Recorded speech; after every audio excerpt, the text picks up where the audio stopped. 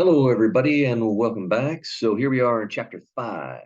Okay, now chapter 5 is this one covers the last of the algebraic functions that we will see in this course. And like I said before, chapter 6 just sort of ties it all together, summarizes it. Okay, so in chapter 1, we saw linear functions, straight line. In chapter 2, we saw quadratic functions. Okay, things that go down and then they come back up, or they go up and they come back down. In chapter 3, we saw, I think it was power functions. Okay. And so it would be, it looked quadratic at times, but it didn't have to. I mean, it might look like that. It might look like that. It had a bit of flexibility there. In chapter 4, we saw exponential functions. And those typically looked like this. Okay, but it could be exponential decay. Things getting smaller, but often it was things getting bigger. Now, in this chapter 5, we're doing logarithmic functions, and I'll actually, whoops. So I'm going to draw like a graph here. Oh, I'm terrible at that. Oh my gosh, I know, it's amazing just how bad I am. I believe it or not, I'm actually trying. Um, all right. So the way it typically looks, and again, like I said, with quadratic, you can flip it over or whatever. Same thing kind of here with exponential. You can do that with logarithmic, but typically it looks like this. Okay. So um, the logarithmic function typically will not touch the x-axis, and it certainly won't go over here to the left of the x-axis. So one thing that's going to mean is that if you try plugging zero, that's if you try plugging zero in for x into the function, that means you're saying, hey, where's the function when it hits the x-axis or when it hits the y-axis, and it doesn't hit the y-axis. So then you get an error message, and it doesn't work. And we'll see how to handle that. Okay. Not in this video. Okay, but we will see how to handle that. I think in the next one. So it's really close, and then down here it just gets closer and closer and closer to the y-axis without ever touching it. It's like this, you know, terribly painful love story or something. Okay, and then up here it just gets higher and higher and higher forever, but it gets flatter and flatter. It never gets perfectly horizontal, but it does get flatter and flatter forever. But it's always going up. It just goes up super slow. I mean, for a lot of exponential functions, you could go out really far, like in the x direction, you could go out to like 100 million, and you might only be up to a height of like 9 or something. That's it. You're only up to height 9, even though you've gone out super far, but it's still going up. So that's the idea of logarithmic function, and so that's what we're going to start getting into now. Okay, so stores often offer a cheaper unit price for a larger quantity purchase. Not always. That's why they say often, or that's why they say commonly. But it doesn't always happen. Like for example, you go down to Sonic or something, and maybe if you get a 20-ounce drink, it ends up costing, I don't know, 25 cents per ounce. But if you buy a 40-ouncer, well, now it's not going to cost as much per ounce. Maybe now it's only 20 cents per ounce or something. Okay. And then, then you're like, for only an extra, 30 cents, I can get the bigger size. And so you do it. And I know I've done that, especially like with Dairy Queen blizzards and stuff.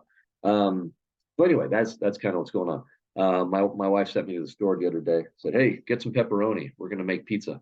I said, "Okay," and I never do the shopping, so I got a pack of pepperoni because I was like, "Hey, it's way cheaper per ounce." And that ended up, that's not what she would have done, but it worked out well because then we were able to make pizza 2 or 3 times. So, like 3 times. Anyway, so we have quantity of whatever. They don't tell us what. And then here's the unit price. Okay, here's the price for each unit. So if you buy just one of these, let's see, what costs $100? I don't know. I don't buy anything that costs that much. So if we buy one of these items, it's going to be one widget. It's $100. But if you buy two of them, the total price is not $80. It's $80 each. So that would be $160. Okay, if it's $80 each. But if you buy 20 of them, man, you're only paying $40 each. And then that would be $800 total. We're not worried about the total, but that's what it is. So I like here, I mean, man, if you buy 20 of them, you're paying less than half of the original unit price, which is really nice. Okay, so why am I talking about that a whole bunch? Well, because it's nice to get familiar with the data. If you're familiar with it and you know what's going on, it makes the problem easier. And that's what I want. I want the math to be easier. All right, so make a graph of the data large enough to include a quantity of 30.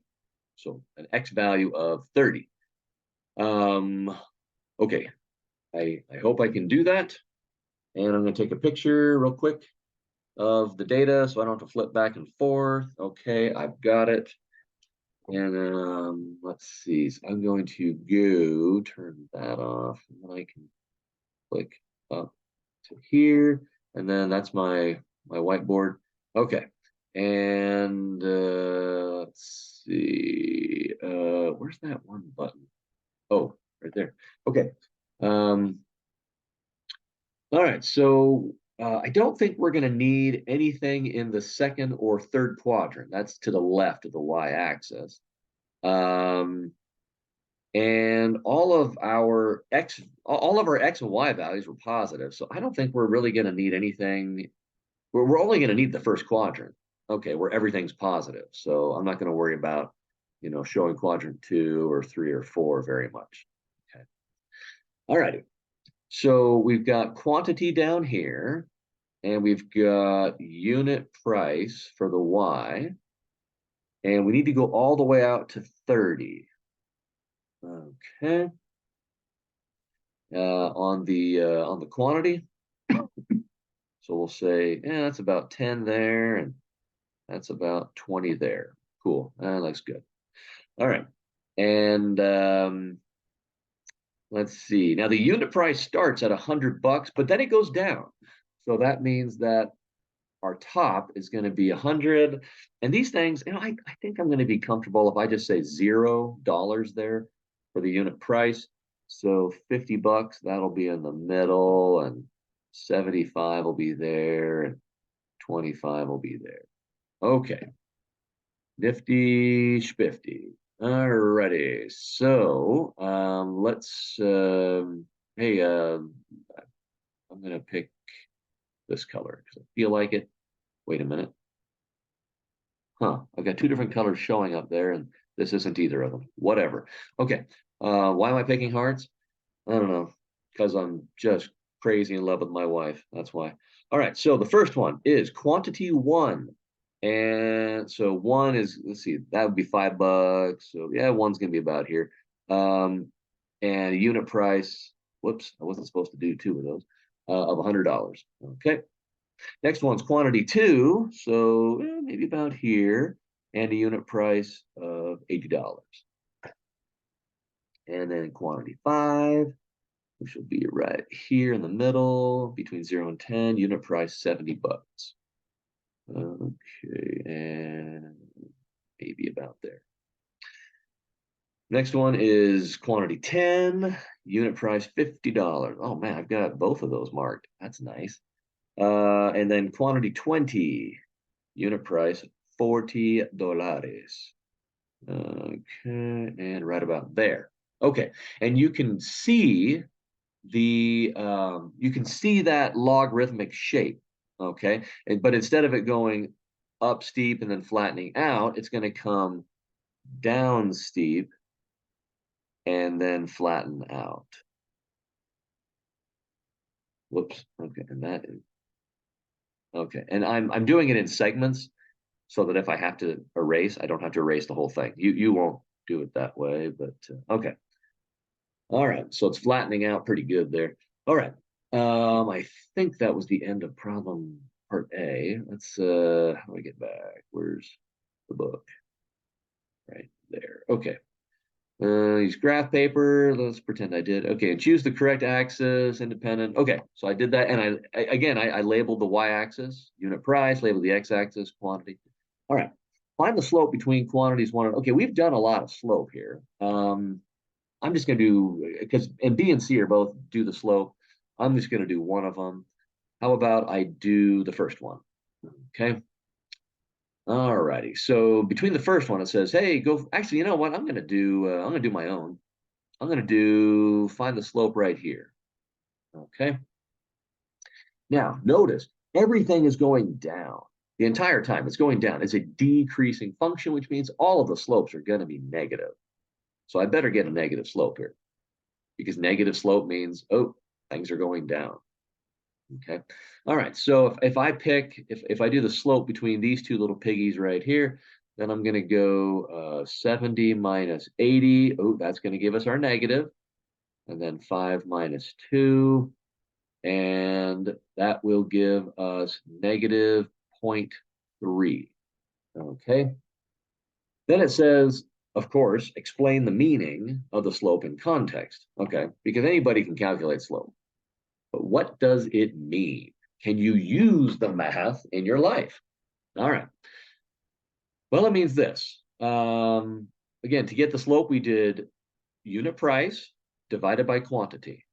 Unit price presumably is in dollars. I'm just going to assume that because, I mean, that's pretty much what it's always going to be for you and I in our lives, unless we're international dealers, then it might be yen or euros or something. What do they use in China? That might be good. You know what? I'm going to look that up right now. Let's see.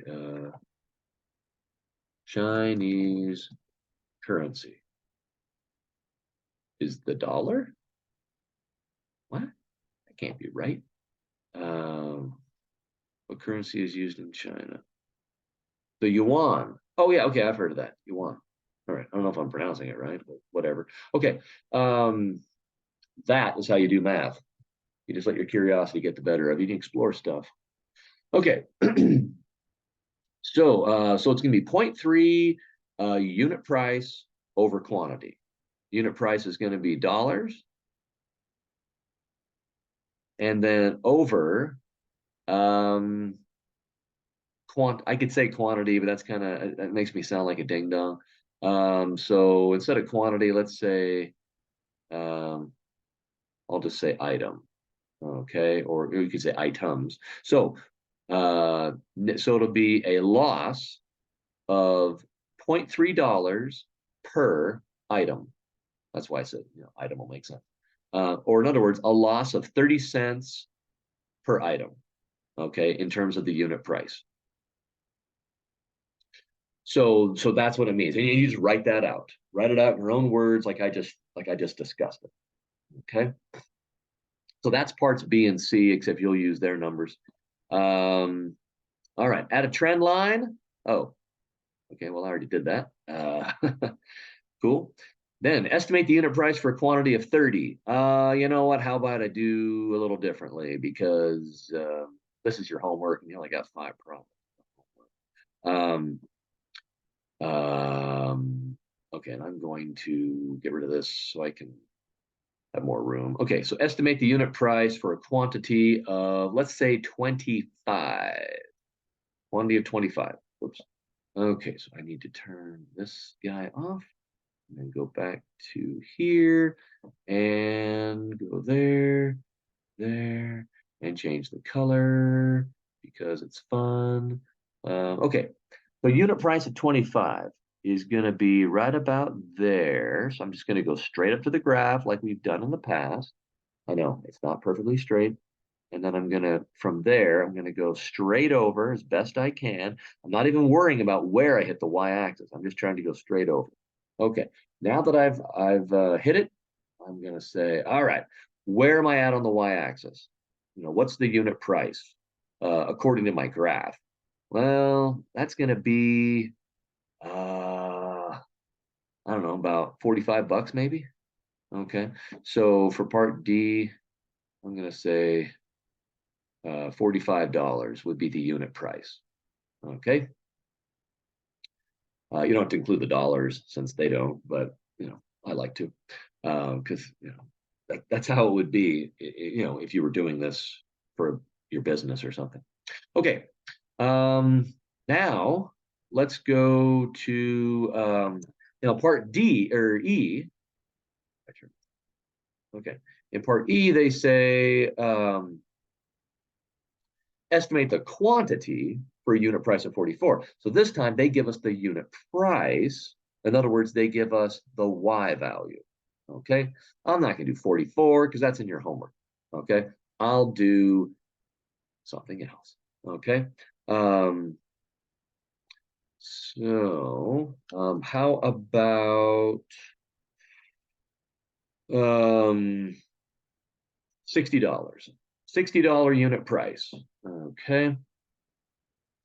Okay, so that's going to be a little closer to the 50 than the 75, so maybe about there.